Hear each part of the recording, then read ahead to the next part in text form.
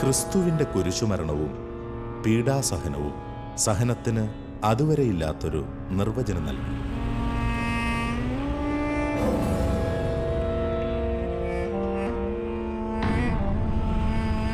കുരിശിന് പുതിയൊരു അർത്ഥം നൽകി. കുരിശിൻ്റെ മാർഗത്തിലൂടെ പാപമോചനവും രക്ഷയും ലോകത്തിന് പകർന്നു നൽകിയ മനുഷ്യപുത്രൻ തൻ്റെ ശിഷ്യർക്ക് നൽകിയ ആഹ്വാനവും മറ്റൊന്നായിരുന്നില്ല. യേശു ശിഷ്യന്മാരോട് അരുൾ ചെയ്തു, ആരെങ്കിലും എന്നെ അനുഗമിക്കാൻ ആഗ്രഹിക്കുന്നെങ്കിൽ അവൻ തന്നെ തന്നെ പരിത്യജിച്ച് തൻ്റെ കുരിശുമെടുത്ത് എന്നെ അനുഗമിക്കട്ടെ. ക്രൈസ്തവനെ സംബന്ധിച്ച് വേദനകൾ ദൈവസ്നേഹത്തിൻ്റെ അടയാളങ്ങളാണ്. സഹനങ്ങൾ കുരിശിനോടുള്ള അവൻ്റെ ഐക്യത്തിൻ്റെ സാക്ഷാത്കാരമാണ്. സഹനത്തിൻ്റെയും വേദനകളുടെയും മാർഗത്തിലൂടെ അവൻ സഞ്ചരിക്കുന്നത് ക്രൂശിതൻ്റെ കാൽപ്പാടുകൾ പതിഞ്ഞ കനൽ വഴികളിലൂടെ സകല പ്രതീക്ഷകളും തളിരണിയുന്ന മഹത്വത്തിൻ്റെ പുലരിയിലേക്കാണ്.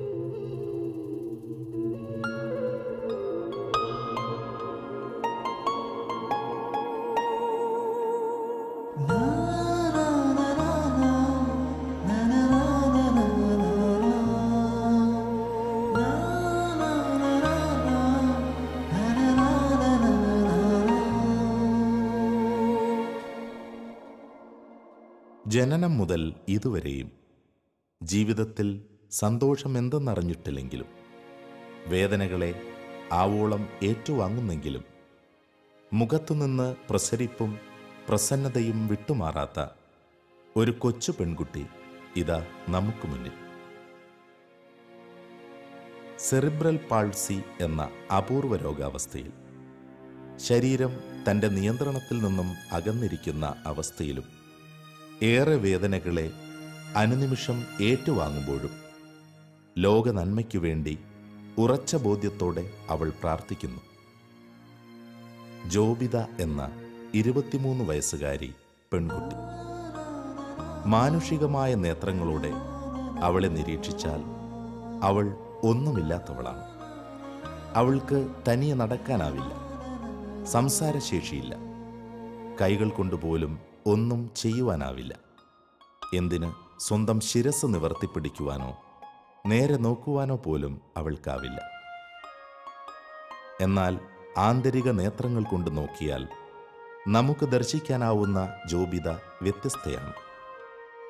ഭൂമിയിലെ മനോഹരിയായ ഈ മാലാഖയ്ക്ക് എന്തിനും കഴിയും മനോഹരമായി ചിരിക്കുവാൻ, തന്നോട് ചേർന്നിരിക്കുന്ന ഹൃദയങ്ങളോട് സ്നേഹത്തിൻ്റെ ഭാഷയിൽ സംവദിക്കുവാൻ, ഏറെ ഹൃദയങ്ങളെ തന്നോട് വീണ്ടും വീണ്ടും അടുപ്പിക്കുവാൻ. 1 യോഹന്നാൻ 4:20 ഇപ്രകാരം നമ്മോട് അരുളി ചെയ്യുന്നു, കാണപ്പെടുന്ന സഹോദരനെ സ്നേഹിക്കാൻ സാധിക്കാത്തവന് കാണപ്പെടാത്ത ദൈവത്തെ സ്നേഹിക്കുവാൻ സാധിക്കുകയില്ല. ജോബിതയെ കാണുന്നവന് ദൈവത്തെ കാണുവാൻ സാധിക്കും. ജോബിതയെ സ്നേഹിക്കുന്നവർക്ക് ദൈവത്തെ സ്നേഹിക്കുവാൻ സാധിക്കും.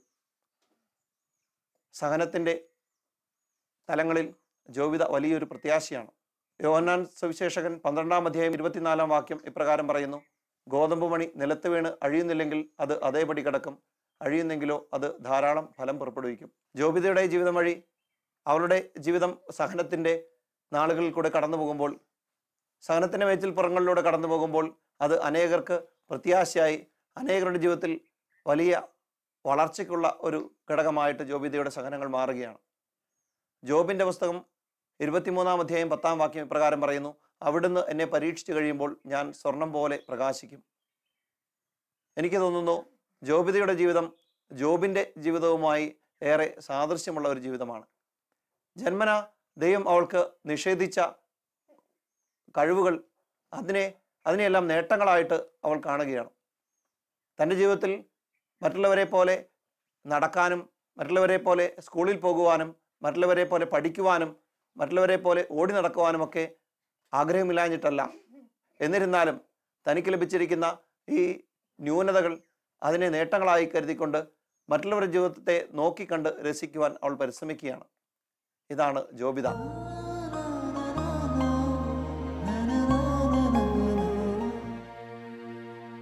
സെറിബ്രൽ പാൾസി എന്നത് ശൈശവത്തിൽ ഒരാളുടെ മസ്തിഷ്കത്തിന് സംഭവിക്കുന്ന വൈകല്യമാണ്. ജന്മസമയത്തോ 3 വയസ്സിനുള്ളിലോ സംഭവിക്കുന്ന ചികിത്സാ പിഴവുകളാലോ ജനിതക വൈകല്യം മൂലമോ ഇത് സംഭവിക്കാം. വളർച്ചയുടെ ഘട്ടങ്ങൾ പൂർത്തിയാകുന്നതോടുകൂടി സെറിബ്രൽ പാൾസി എന്നത് ഒരു കൂട്ടം ശാരീരിക വൈകല്യങ്ങളുടെ ആകെ തുകയായി മാറും. വേദനയുടെയും നിരാശയുടെയും കണ്ണീരിൻ്റെയും ആഴങ്ങളിലേക്ക് ആ വ്യക്തിയെയും അയാളുടെ കുടുംബത്തെയും ആഴ്ത്തുവാൻ ഈ വൈകല്യങ്ങൾ പര്യാപ്തമാണ്. എന്നാൽ ജോബിതയുടെ അവസ്ഥ വ്യത്യസ്തമാണ്.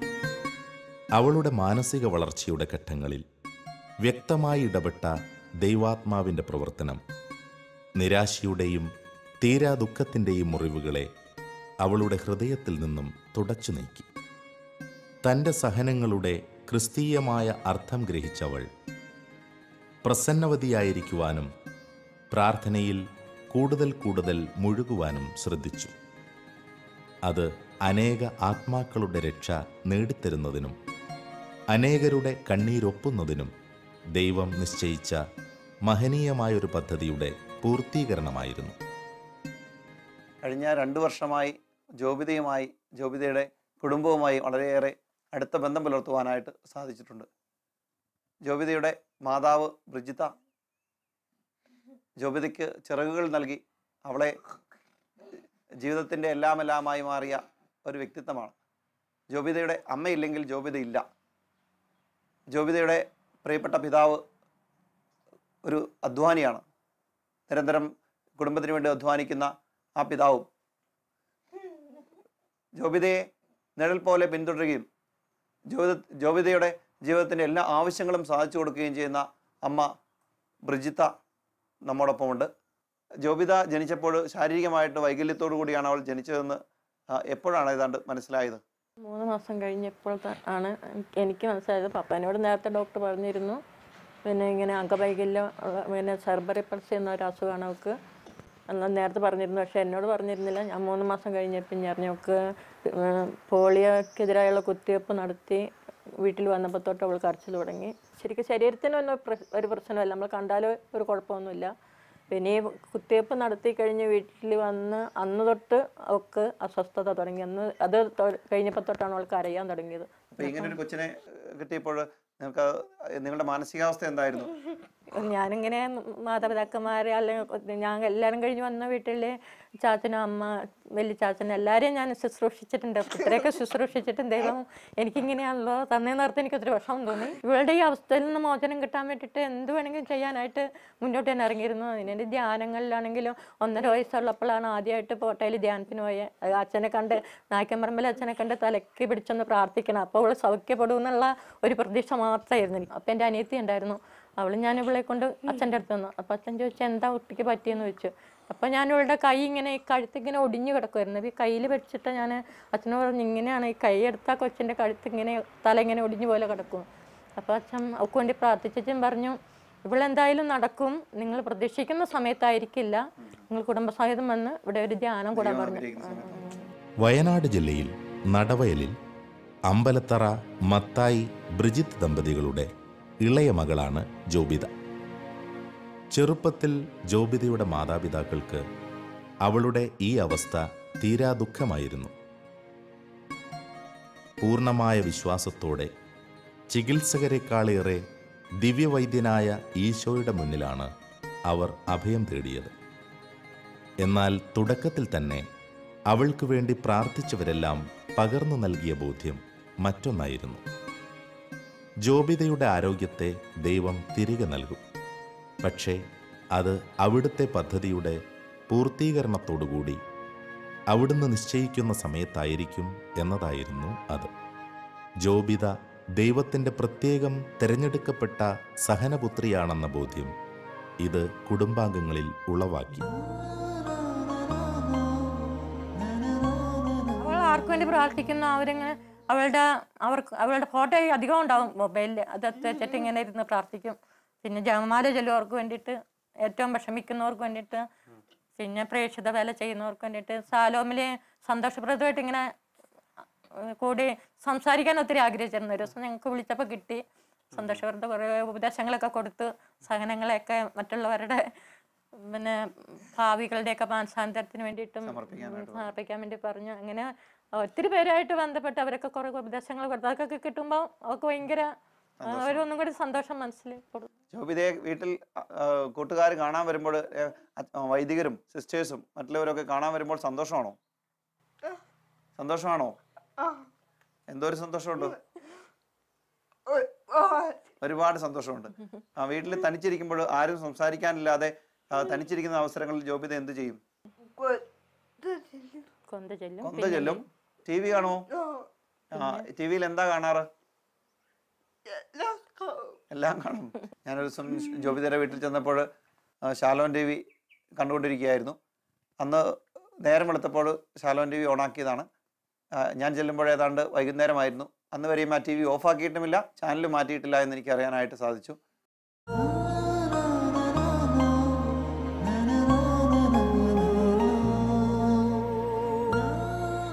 ഒരിക്കൽ പരിചയപ്പെട്ടാൽ ജോബിതയെയും അതുപോലെ തന്നെ തിരിച്ചും ഒരിക്കലും മറന്നുപോകാനിടയില്ലാത്ത വിധമൊരു സ്വാധീന ശക്തിയും ഓർമ്മശക്തിയും അവൾക്കുണ്ട്.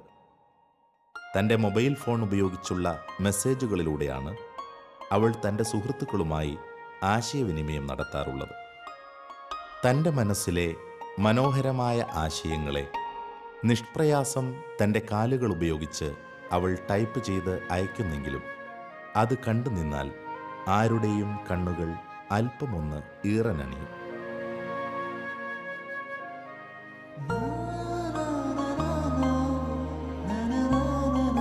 മത്തായിയുടെ സുവിശേഷം 7-ാം അധ്യായം 7-ാം വാക്യം ഇപ്രകാരം പറയുന്നു: ചോദിക്കുവിൻ നിങ്ങൾക്ക് ലഭിക്കും, അന്വേഷിക്കുവിൻ നിങ്ങൾ കണ്ടെത്തും, മുട്ടുവിൻ നിങ്ങൾക്ക് തുറന്നു കിട്ടും.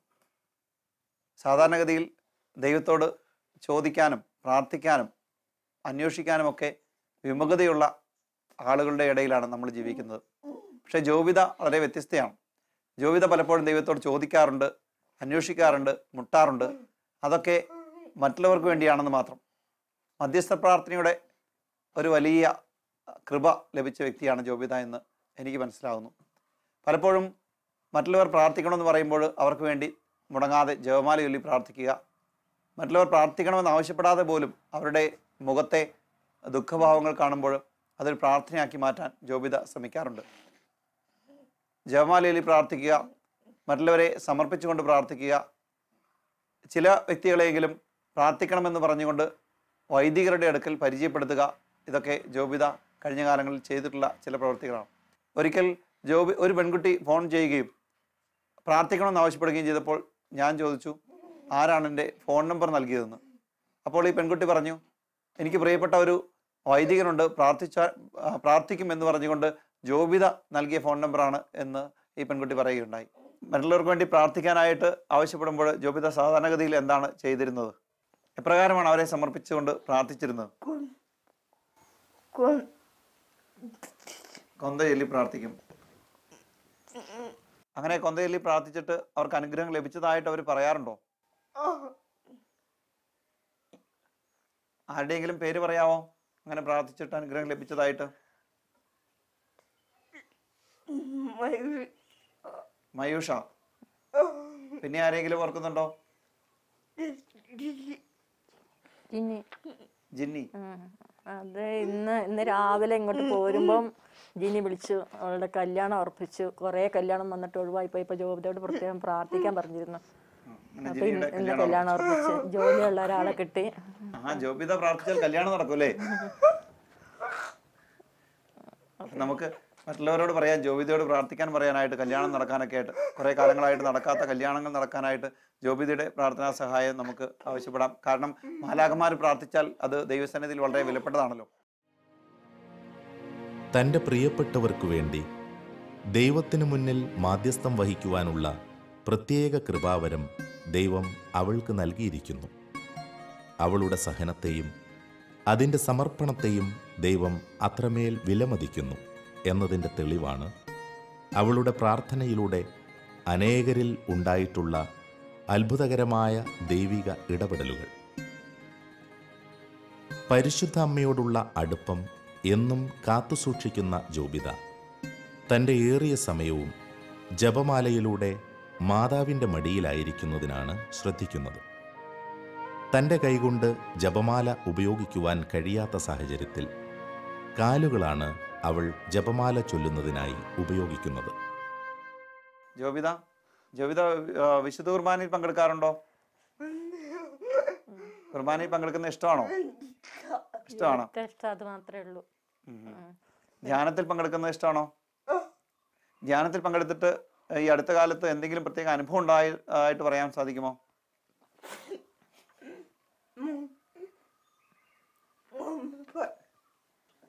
മമ്മി പറയും.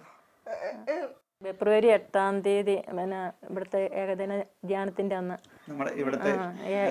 ഫെബ്രുവരി 8-ാം തീയതി 2-ാം ശനിയാഴ്ച ധ്യാനത്തിന് വന്നിരുന്നു. അപ്പം ധ്യാനത്തിൻ്റെ അവസാന ഭാഗത്ത് ആരാധനൻ്റെ കഴിഞ്ഞിട്ട് രോഗികൾക്ക് വേണ്ടിയിട്ടും തളർന്നു കിടക്കുന്നവർക്ക് വേണ്ടിയിട്ട് പിന്നെ തീരാവ്യാധികളായിട്ടുള്ളവർക്ക് എല്ലാവരും വന്ന് മുന്നിലേക്ക് മുട്ടുകുത്താൻ പറഞ്ഞു. അപ്പോൾ അവളെന്തായാലും പോകുന്നുള്ള പുറകിൽ കസേരയിൽ തന്നെ ഇരുന്നു. അപ്പം ഞാനും വിചാരിച്ചു എങ്ങനെ കസേര എടുത്ത് പോകണം, എന്നാൽ വേണ്ടാന്ന് ഞാനും വിചാരിച്ചു. പിന്നെ എല്ലാവരും പോയപ്പോൾ എനിക്ക് വിഷമമായി. നമുക്ക് പോകാമെന്ന് പറഞ്ഞപ്പോൾ അവൾ എന്തായാലും സമ്മതിക്കുന്നില്ല, പോകണ്ട അവിടെ ഇരുന്നാൽ മതി എന്ന് പറഞ്ഞു. ഞാൻ എല്ലാവരും പോയി പിന്നെയും നിർബന്ധിച്ചപ്പോൾ അവൾ പോകാമെന്ന് പറഞ്ഞ് മുന്നോട്ട് വന്നപ്പോൾ എല്ലാവരും മുട്ടുകുത്തി. അപ്പോൾ ഞാൻ അവിടെ ചെന്നപ്പോൾ ഞാനും മുട്ടുകുത്തി, അവളെ മുട്ടുകുത്തിച്ചു. പക്ഷെ അവൾക്കടെ കാല് നിലത്ത് മുട്ടിങ്ങനെ ഉറക്കുന്നില്ല, ഇങ്ങനെ സ്പ്രിങ് പോലെ മുന്നോട്ട് ഇങ്ങനെ പോയി. അപ്പോൾ എല്ലാവരും കാണുമ്പോൾ എനിക്കൊരു വിഷമം, ഇങ്ങനെ സ്പ്രിങ് പോലെ ഇങ്ങനെ പോയിക്കൊണ്ടിരിക്കില്ല. അപ്പം ഞാൻ വേഗം അവളുടെ ഉടുപ്പമേൽ പിടിച്ചിങ്ങനെ അപ്പോൾ അവിടെ അങ്ങ് ഇരുന്ന് പോയി. എന്നിട്ട് കുറേ നേരം കഴിഞ്ഞാൽ 3 അച്ഛന്മാരും പ്രാർത്ഥിക്കുന്നുണ്ടായിരുന്നു, അച്ഛനും ഉണ്ടായിരുന്നു. ഇങ്ങനെ പ്രാർത്ഥിച്ചുകൊണ്ട് വരുമ്പോൾ എനിക്ക് തോന്നി, ദൈവമേ ഞാൻ എങ്ങനെ ഉള്ള അന്നേരം അച്ഛനെ ഒത്തിരി താഴത്തേക്ക് ഇങ്ങനെ കവന്ന് പ്രാർത്ഥിക്കണ്ടേ, എന്താ ചെയ്യാൻ, സാരില്ല. ഞാൻ പിന്നെ അച്ഛനടുത്ത് എത്തുമ്പോഴത്തേക്കും മുട്ടുകുത്തിയിട്ട് നെഞ്ചോട് ചേർത്തങ്ങ് കെട്ടിപ്പിടിച്ച് നിർത്താം അങ്ങനെ വിചാരിച്ച്. അടുത്ത ആളുടെ പ്രാർത്ഥന കഴിഞ്ഞ് അവളുടെ അടുത്തെത്തി അവൾ സ്വന്തം അങ്ങോട്ട് പെട്ടെന്ന് അങ്ങ് മുട്ടുകുത്തി. ആ മുട്ട് സ്പ്രിങ് പോലെ ആയില്ല, അനങ്ങാതെ അങ്ങനെ നിന്നു. കുറേ ജനം ഉണ്ടായിരുന്നു, എല്ലാവർക്കും വേണ്ടി ജോബിയച്ഛനാണ് പ്രാർത്ഥിച്ചത്. എന്നിട്ട് അപ്പം അങ്ങനെ പ്രാർത്ഥന കഴിയുന്നവരെ അവളങ്ങനെ ശരിക്കും സ്പ്രിങ് പോലെ ഒന്നും ആവുന്നില്ല, അനങ്ങാതെ അങ്ങനെ നിന്നു. അപ്പോൾ അന്ന് 9 വർഷമായിരുന്നു അവളിങ്ങനെ മുട്ടുകുത്തിയിട്ട്. ചെറുപ്പത്തിലൊക്കെ മുട്ടുകുത്തും, ഇപ്പോൾ 9 വർഷമായി മുട്ടുകുത്തിയിട്ട്.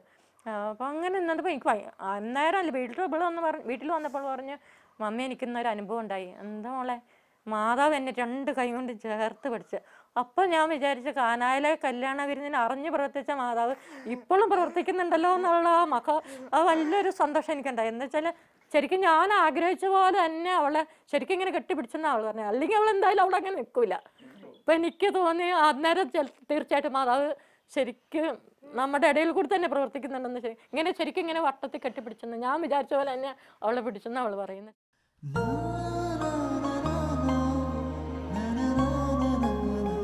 ക്രൂശിതനായ ഈശോയും പരിശുദ്ധ അമ്മയും എല്ലായ്പ്പോഴും തന്നെ അവരോട് ചേർത്ത് നിർത്തിയിരിക്കുന്ന അനുഭവങ്ങൾ ജോബിതയ്ക്ക് ധാരാളമുണ്ട്. തൻ്റെ ചുട്ടുനീറുന്ന സഹന ജീവിതത്തിൽ ഒരു കുളിർമഴയായി ആശ്വാസം പെയ്തിറങ്ങുവാൻ കാരണമാകുന്ന ഉറപ്പുകളാണ് അവൾക്ക് ഇത്തരം അനുഭവങ്ങൾ.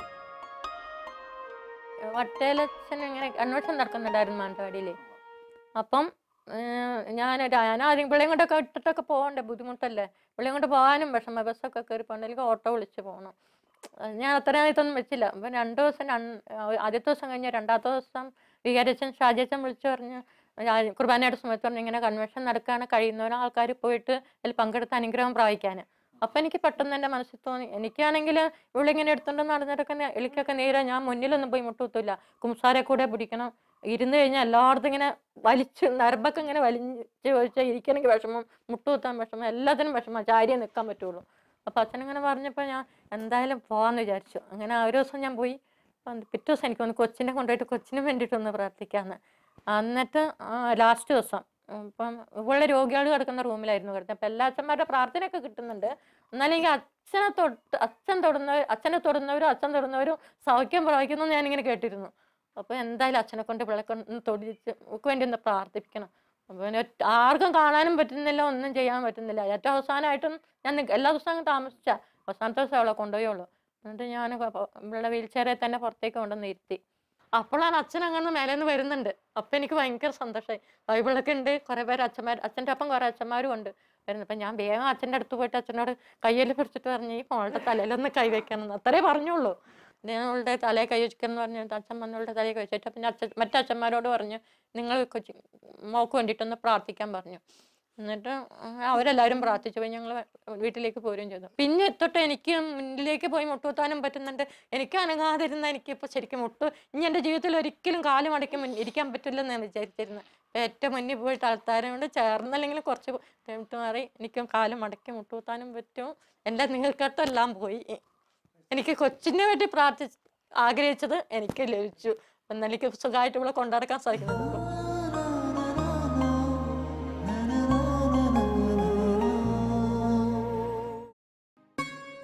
ജോബിതയുടെ ജീവിതവും തിരിച്ചറിവുകളും നമുക്ക് നൽകുന്ന ബോധ്യങ്ങൾ ഏറെയാണ്. കണ്ണീരിൻ്റെ നിമിഷങ്ങൾക്ക് നേട്ടങ്ങളുടെ പ്രകാശം പൊഴിക്കുവാനുള്ള ശക്തിയുണ്ടെന്ന്.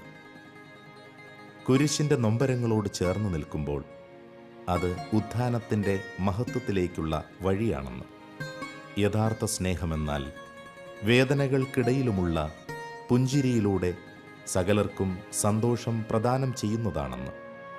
പിന്നെ ഈ ലോകജീവിതത്തിൻ്റെ വിജയമെന്നാൽ അത് സഹജീവികൾക്ക് സന്ദേശമായി സ്വയം മാറുന്നതാണെന്ന്. ഒരു ദിവസം ജോബിതയ്ക്ക് നടക്കണ്ടേ? മറ്റുള്ളവരെ നടക്കാൻ സാധിക്കുമെന്ന് വിചാരിക്കുന്നുണ്ടോ? ഉണ്ട്. ചേച്ചി എന്ത് വിചാരിക്കുന്നു? ജോബിതയ്ക്ക് മറ്റുള്ളവരെ പോലെ ഒരു ദിവസം നടക്കാൻ സാധിക്കുമെന്ന് കരുതുന്നോ? അവളുടെ വിശ്വാസത്തിൽ എനിക്ക് നല്ല വിശ്വാസമാണ്. അവളെനിക്ക് വിശ്വാസം തന്നുകൊണ്ട് എനിക്ക് ഞാനായാലും ഇങ്ങനെ വിശ്വസിക്കുന്നു. യെശയ്യാ പ്രവാചകന്റെ പുസ്തകം 41 അധ്യായം 10 വാക്യം ഇപ്രകാരം പറയുന്നു: സംഭ്രമിക്കേണ്ട, ഞാനാണ് നിന്റെ ദൈവം. ഈ ഭൂമിയിൽ ദൈവത്തിൻ്റെ പദ്ധതികൾ മനസ്സിലാക്കാതെയും മനസ്സിലാക്കിയിട്ടും അതിനോട് സഹകരിക്കാതെയും ജീവിക്കുന്നവരുടെ മധ്യത്തിൽ വളരെയേറെ മാതൃകാപരമായി ദൈവിക പദ്ധതികൾ ഉൾക്കൊണ്ടുകൊണ്ട് അതിന് കീഴ്വഴങ്ങി ജീവിക്കുന്ന ഒരു വ്യക്തി ജോബിതയിൽ നമുക്ക് കാണുവാൻ സാധിക്കും. പുഞ്ചിരിയോടുകൂടി ജീവിതത്തിൻ്റെ പരിപുരത്ത വശങ്ങളെ, സഹനങ്ങളെ അംഗീകരിക്കുകയും അവിടെയെല്ലാം പുഞ്ചിരി കൊണ്ട് അതിനെ കീഴടക്കാൻ പരിശ്രമിക്കുകയും ചെയ്യുന്ന ജോബിത ലോകത്തിൽ അനേകർക്കൊരു മാതൃകയാണ്. ശാരീരികമായി എല്ലാ സൗകര്യങ്ങളോടും ജീവിക്കുന്നവർക്ക് പോലും ഇന്ന് സഹനങ്ങളെ അതിജീവിക്കുവാൻ ഏറെ പ്രയാസമാണ്. സ്വന്തമായി ഒന്ന് നടക്കുവാൻ പോലും സാധിക്കാത്ത ജോബിത തന്നെ പോലെയുള്ള ലക്ഷക്കണക്കിന് ആളുകൾക്കിടയിൽ പ്രചോദനമായി, പ്രതീക്ഷയായി നിലകൊള്ളുകയാണ്. ഇവിടെയാണ് ജോബിതയുടെ മാതൃക ശ്രദ്ധേയമാകുന്നത്. അങ്ങനെ ജോബിത വീണ്ടും സഞ്ചരിക്കുകയാണ് ഹൃദയങ്ങളിൽ നിന്നും ഹൃദയങ്ങളിലേക്ക്. ഈ ലോകജീവിതത്തിൽ ദൈവം അവൾക്ക് നൽകിയ കാലുകൾ ഉപയോഗിച്ച് പരാശ്രയമില്ലാതെ ഈ മണ്ണിലൂടെയും അവൾ സഞ്ചരിക്കുന്ന നല്ല നാളേക്കായി നമുക്കും പ്രാർത്ഥിക്കാം, നമുക്കും പ്രത്യാശിക്കാം. ആത്മീയ ജീവിതത്തിനൊപ്പം അവളുടെ ഭൗതിക ജീവിതവും തളിരണിയുന്ന കാലത്തിനായി.